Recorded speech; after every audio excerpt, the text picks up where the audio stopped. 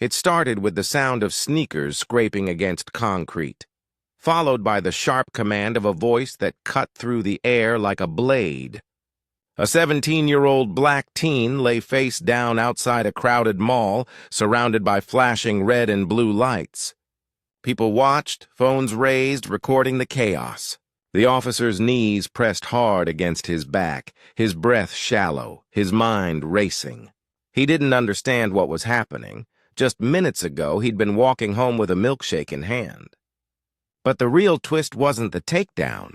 It was what happened next, when 10 FBI agents, dressed in plain clothes, stepped out from the shadows and surrounded the officers. What had just been a local arrest scene was about to become a national story. Watch until the end. Wait a second.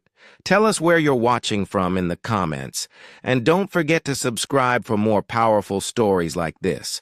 Marcus Hill wasn't famous. He wasn't a troublemaker either. Just a quiet high school senior who loved sneakers, basketball, and sketching designs in his notebook. That Saturday afternoon, he met his friends at the Ridgeview Mall, a place he'd been to countless times. The mall was his safe zone. Bright lights, laughter, food court smells, and the buzz of weekend shoppers. The world outside felt tense these days, but inside, it was just noise and neon. He'd just bought a pair of shoes he'd been saving for all summer. The cashier smiled and wished him a good day. Everything felt normal, until he stepped out of the glass doors. That's when he saw the patrol car parked across the street, engine idling.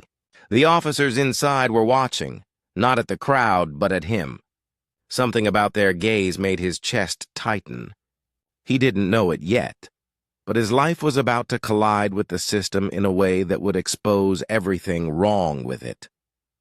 The parking lot buzzed with weekend traffic. Marcus adjusted his bag, earbuds in, music low. He crossed the curb and suddenly, tires screeched. The squad car leapt forward, blocking his path. Doors slammed. 2 officers stormed out, shouting orders he couldn't hear over his headphones. Before he could react, one grabbed his arm, the other reached for his waist. His bag dropped, his heart pounded. People turned, phones came up, and recording began. The officers shouted something about a theft, about a suspect matching his description. Marcus tried to explain, but the look in their eyes showed no interest. Within seconds, they tackled him to the ground, his face pressed into cold asphalt. His shoes, the ones he'd just bought, were scattered beside him. He felt hands searching his pockets, knees pinning him down. He could taste dirt and fear. The crowd grew louder, some yelling at the police, others frozen in disbelief. But even through the panic, Marcus noticed something strange. A man across the street, tall, wearing a dark suit, was watching. Then another, then more. There are 10 in total, each with earpieces, silent and still.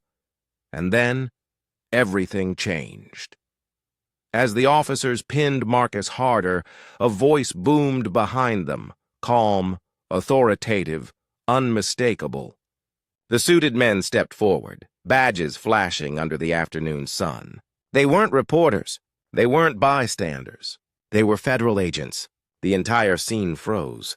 The mall crowd fell silent, and the police radios crackled nervously. Marcus, trembling, looked up just enough to see the emblems on their jackets. FBI. The lead agent's tone cut through the chaos. Orders reversed, hands released.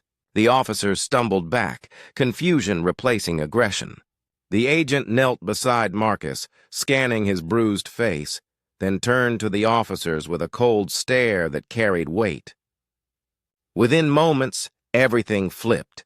The same men who had tackled Marcus now looked small beneath the eyes of accountability. Turns out, the FBI had been in the area on a separate surveillance operation, investigating reports of police misconduct tied to racial profiling. They had witnessed everything from the first moment the officers spotted Marcus. The footage, the excessive force, the false accusation, it was all captured. For the first time in a long while, the power dynamic shifted. Cameras still rolled, but now justice was watching too. The silence that followed was deafening, an entire crowd holding its breath for what came next. Marcus was taken to the hospital, not a cell. The agents made sure of that. His story spread overnight. News channels, social feeds, even lawmakers demanding answers. The mall became a symbol, not of shopping and weekend laughter, but of what it means to be seen, judged, and nearly broken for the color of your skin. The officers were placed on leave, and an investigation was opened. Yet Marcus's scars ran deeper than any report could show. He returned to school weeks later, quieter, eyes older. But he wasn't invisible anymore. His courage and the footage sparked new conversations about racial bias in policing. The question wasn't just about Marcus. It was about everyone who never had witnesses in their moment of truth. How many more will it take before accountability isn't an interruption, but the standard? Where are you watching from? And what would you have done if you'd been there that day? Take care.